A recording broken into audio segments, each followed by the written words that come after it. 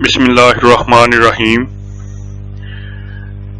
ایک نئی ویڈیو پیش خدمت ہے جو کہ وابڈا کی کارستانیوں سے متعلقہ ہے۔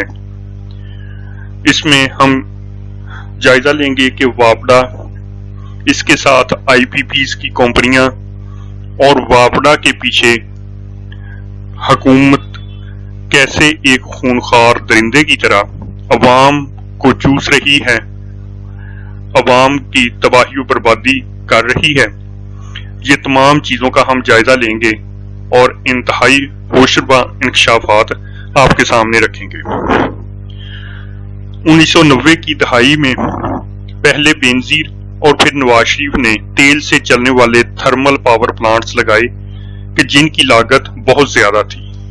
پہلے ہمارے بجلی کے پن بجلی گھر چلا کرتے تھے، وہ اب بھی موجود ہیں، لیکن پھر تھرمل پاور پلانٹ جو ہیں وہ ان دونوں حکومتوں نے فرسٹ ٹائم 1990 کی دہائی میں لگائے۔ وقت گزرنے کے ساتھ ساتھ ان تھرمل پاور پلانٹس میں کبھی کبھار کرپشن کی انکشافات ہوئے اور آخر کار وزیر اعظم عمران خان نے ایک 9 رکنی کمیٹی تشکیل دی کہ جس نے بجلی کے بڑھتے ہوئے اخراجات، انتہائی مہنگی بجلی جو کہ عوام پر ایک بہت بڑا بوجھ ہے، اس کا جائزہ لینے کے لیے ایک 9 رکنی کمیٹی جو ہے وہ تشکیل دی۔ اس کمیٹی نے تحقیقات کے 8 ماہ کے طویل عرصے میں 60 سے زائد پاور پلانٹس کی لاگت اور ٹیرف سے متعلق دستاویزات کی چھان بین کی، اور کمیٹی کے ایک بھی رکن نے ایک بھی اختلافی نوٹ پیش نہیں کیا۔ مکمل انکوائری رپورٹ جو ہے وہ پارلیمنٹ کے سامنے وزیر اعظم عمران خان کی حکومت کو پیش کی گئی، جس کے چیدہ اہم پوائنٹس جو ہیں وہ درج ذیل ہیں۔ رپورٹ کے مطابق I P Ps National Electric Power Regulatory Authority یعنی نیپرا کی جانب سے مقرر کردہ 15% کی حد کے مقابلے میں 50 سے 70% سالانہ منافع کما رہے ہیں، جس کی وجہ سے گردشی قرضہ 2019 تک 1800 ارب روپے تک پہنچ گیا، اور آج 2023 میں یہ گردشی قرضہ 2631 بلین روپے تک پہنچ چکا ہے۔ اس رپورٹ میں دعویٰ کیا کہ آئی پی پیز مالکان نے معاہدے کے وقت اضافی ٹیرف حاصل کرنے کے لیے اضافی لاگت ظاہر کی، یعنی کہ جعلی لاگت جو ہے وہ ظاہر کی۔ نیپرا لاگت کی درستگی کو جانچنے میں ناکام رہا۔ کمپنیوں کے تیار کردہ پاور پلانٹ کی قیمت بھی حکام نے بغیر چنو چرا کے قبول کر لی۔ اس رپورٹ میں انکشاف کیا گیا کہ 1994 سے لے کر اب تک اصل لاگت میں 2 سے 15 بلین روپے کی تبدیلی کر کے 350 بلین روپے حاصل کیے جا چکے ہیں۔ اس کے علاوہ یعنی کہ ایک مثال یہ دی گئی ہے کہ کول پاور پلانٹ کے مالک نے بجلی کا زیادہ ٹیرف حاصل کرنے کے لیے ایک لاگت بتائی جو اصل لاگت سے 30 ارب روپے زیادہ تھی، یعنی یہ 1994 کی بات جو ہے کی جا رہی ہے، اس وقت اصل لاگت سے 30 ارب روپے زیادہ تھی۔ رپورٹ میں معاہدے کی طرف اشارہ کرتے ہوئے کہا گیا کہ حکومت اور بجلی کے صارفین سالانہ اربوں روپے ادا کرنے پر مجبور ہیں، یہاں تک کہ اس معاہدے کی وجہ سے، غلط معاہدے کی وجہ سے اگر پاور پلانٹس بند ہو جائیں یا بجلی کی طلب میں کمی ہو جائے تو بھی یہ پیمنٹس ادا کی جاتی رہے گی۔ حکومت پاور پلانٹس کو ہیڈ صلاحیت کی ادائیگی کے تحت 900 ارب روپے ادا کرنے کی پابند ہے، جبکہ معاہدے کے مطابق اسے 2025 تک 1500 ارب روپے کی ادائیگی کرنا ہوگی۔ ان یک طرفہ معاہدوں سے خزانے کو ناقابل برداشت نقصان پہنچا، اسی وجہ سے بجلی کے نرخوں میں اضافہ ہوا۔ رپورٹ میں دعویٰ کیا گیا ہے اگرچہ گارنٹی شدہ منافع 4 سے 5 سال سے زیادہ نہیں ہونا چاہیے، لیکن حکومت اور نیپرا نے 25 سال کے لیے گارنٹی شدہ منافع کی منظوری دی ہے۔ انتہائی حیران کن، تباہ کن عوام کے لیے یہ چیزیں ہیں۔ اب آگے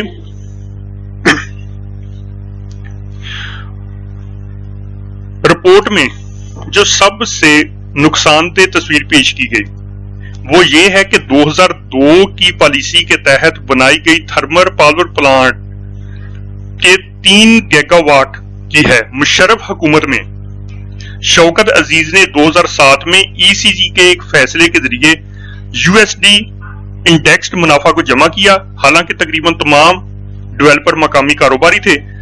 یہ حیران کن حد تک مخالفانہ معاہدہ تھا کہ جب بھی روپیہ ڈالر کے مقابلے میں قدر کھو دیتا ہے تو اس سے آئی پی پیز کے منافع اور بجلی کی قیمت میں اضافہ ہوتا ہے۔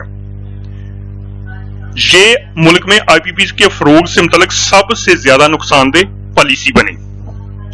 پھر یہی نہیں بلکہ اس کے بعد آنے والی حکومتوں نے بھی اس ناجائز ترغیب کو طویل کیا اور اس کے بعد آنے والے تمام آئی پی پیز غیر ملکی اور مقامی کو بڑے پیمانے پر منافع بخش منافع کی ضمانت دی۔ مزید حیرت انگیز بات یہ ہے کہ کچھ حکومتی مالی آنت سے چلنے والے پاور پلانٹس ڈالر کے حساب سے منافع کما رہے ہیں۔ مستقبل میں روپے کی قدر میں کمی شرح دہندہ کو مزید بدتر بنا دے گی۔ اس کے بعد اس رپورٹ میں یہ بتایا گیا کہ ایک بار جب بجلی پیدا ہو جاتی ہے یعنی الیکٹران قومی بجلی گرڈ میں چلے جاتے ہیں، یہاں سے سرکاری utilities T N D functions کی واحد نگہبان بن جاتی ہے۔ اپنی محدود شعبہ جاتی معلومات کے باوجود M O E and P D ان یوٹیلیٹیز کا مائکرو مینج کرتے ہیں جن کی وسیع پیمانے پر ناکامیاں گراف میں بیان کی گئی ہیں۔ نتیجتاً ان کے نقصانات جنہیں مجموعی ترسیل اور تجارتی نقصانات اے ٹی اینڈ سی کہا جاتا ہے جنوبی ایشیائی ممالک میں پاکستان کے سب سے زیادہ ہیں۔ مثال کے طور پر ہندوستان کے پاور سیکٹر کو اپنی زبردست رسائی کے باوجود 2019 میں اے ٹی اینڈ سی کا 20% نقصان ہوا ہے، جبکہ پاکستان میں یہ اے ٹی اینڈ سی کے نقصانات اے ٹی اینڈ سی کا خسارہ مالی سال 2014 سے 2019 تک مجموعی طور پر 788 بلین روپے تھا، جس سے دسمبر 2019 تک ان کی مجموعی وصولی 1131 بلین روپے تک پہنچ گئی۔ یہ 2019 کا بیان کیا جا رہا ہے، جبکہ یہ 2023 کے وسط تک صاف سی بات ہے کہ تقریباً 2000 کے راؤنڈ بورڈ جو ہے یہ پہنچ چکی ہوگی۔ 1994 کی پاور پالیسی کے تحت 17 میں سے 16 آئی پی پیز نے 51.80 بلین روپے کا مشترکہ سرمایہ لگایا اور 415 ارب روپے سے زائد کا منافع حاصل کیا۔ حکومتوں کی جانب سے گردشی قرضے پر قابو پانے میں ناکامی کی وجہ سے گزشتہ 13 سال میں ملک کو 4082 ارب روپے سے زائد کا نقصان ہو چکا ہے۔ اب کمیٹی نے اپنی سفارشات حکومت کو تجویز کی ہیں کہ آئی پی پیز کے بنیادی ٹیرف کو ڈالر کی بجائے پاکستانی کرنسی میں تبدیل کیا جائے، کیونکہ اس تبدیلی سے ملک آئندہ چند سالوں میں 8 ارب روپے ادا کرنے کے قابل ہو جائے گا، اور اگر یہ تبدیلی نہ کی گئی تو 3266 ارب روپے ادا کرنا ہوں گے۔ یعنی یہ 2019 کو یہ تجویز دی گئی تھی کہ جب پاکستانی کرنسی آج کے مقابلے میں 100 روپے کا فرق تھا تو اس وقت 3266 روپے بنتے تھے، اور آج 2023 میں کتنے بنتے ہوں گے یہ خود ہی اندازہ لگایا جا سکتا ہے۔ اس صرف کرنسی کی تبدیلی سے اس وقت کے جانچ پڑتال کے مطابق 4700 ارب روپے پاکستان جو ہے وہ بچا سکتا تھا۔ اب ان مالیاتی کرپشن آئی پی پیز کی ان مالیاتی کرپشن کو ٹرانسپیرنسی انٹرنیشنل نے سابقہ چیف جسٹس کو 2 خطوط لکھے۔ انہوں نے بھی یہ شکایت کی تھی کہ وزارت خزانہ کی مبینہ بدعنوانی سے ابراج کیپٹل کو 198 ارب روپے کا فائدہ پہنچا ہے، اور آئی پی پیز جعلی اخراجات دکھا کر حکومت سے بے تحاشا رقم وصول کر رہے ہیں۔ ٹی آئی پی کے کنسلٹنٹ نے کہا کہ 50 سے زائد آئی پی پیز اور کھاد بنانے والے اس غلط ملوث تھے۔ اب ہم یہ تو جو حکومت کو آئی پی پیز کی طرف سے نقصان پہنچا جا رہا ہے حکومت کی طرف سے ہے. اب ہم دیکھتے ہیں کہ یہ آئی پی پیز جو کہ 50 سے 70% پہلے ہی زائد منافع حاصل کر رہے ہیں، ان کے اور کیا کمالات ہیں کہ جو کہ حکومت کو بلیک میل کر کے اتنے زیادہ لوٹ کسوٹ کر رہے ہیں اور اتنا زیادہ منافع حاصل کر رہے ہیں. وزیر اعظم شہباز شریف کو بتایا گیا کہ 11 چینی پاور کمپنیوں کو پاکستانی حکام کی جانب سے اپنی سرمایہ کاری کو غلط طریقے سے سنبھالنے کی وجہ سے سنگین مسائل کا سامنا ہے. یہ 25 مئی 2022 کی رپورٹ ہے، یہ والی جو میں اب بیان کر رہا ہوں. ان میں سے 8 خود مختار پاور پلانٹس یعنی آئی پی پیز بجلی کی پیداوار کی لاگت کو پورا کرنے کے لیے 340 ارب روپے کے اپنے مجموعی واجبات کی منظوری کے منتظر ہیں. یعنی ایک طرف وہ 50 سے 70% زائد منافع بھی حاصل کر رہے ہیں، اس کے باوجود وہ پاور پلانٹ جو ہیں پیداواری لاگت کو پورا کرنے کے لیے 340 ارب روپے اور جو ہیں وہ مانگ رہے ہیں. آگے پھر دیکھتے جائیں کہ حکومت ان آئی پی پیز کی کس طریقے سے مقروض ہے. حکومت نے پورٹ قاسم پاور پلانٹ کو 91.2 بلین روپے ادا کرنے ہیں. یہ 2022 کی رپورٹ ہے کہ حکومت نے پورٹ قاسم پاور پلانٹ کو 91.2 بلین روپے ادا کرنے ہیں. ساہیوال کے کوئلے سے چلنے والے 1320 میگا واٹ پاور پلانٹ کا پاکستان نے 96.4 بلین روپے ادا کرنے ہیں. ہبکول پاور پروجیکٹ کی وصولی جو ہے وہ 71.6 پاکستان کے ذمے ہے. اسی طریقے سے سی بی پی اے جی پر اینگرو کے 660 mega what Thar coal power project کے 45 ارب روپے پاکستان نے ادا کرنے ہیں، یہ بھی حکومت کے ذمے ہیں. اسی طریقے سے ہائیڈرو چائنا داؤد ونڈ فارم اور پاور پروجیکٹ پاکستانی حکام سے ایک ہی ٹرانسمیشن لائن کے ذریعے بجلی کی ترسیل کی وجہ سے ہونے والے نقصانات کے لیے $13 ملین کا، اب یہ $13 ملین ہے، روپے نہیں ہے، $13 ملین کا معاوضہ مانگ رہا ہے. 100 میگا واٹ کے 3 گورج ونڈ پاور پروجیکٹ کو بھی 4.1 بلین روپے کے واجبات کی وجہ سے مختلف مسائل کا سامنا ہے کہ وہ بھی پاکستان سے اتنے پیسے جو ہے وہ مزید مانگ رہا ہے.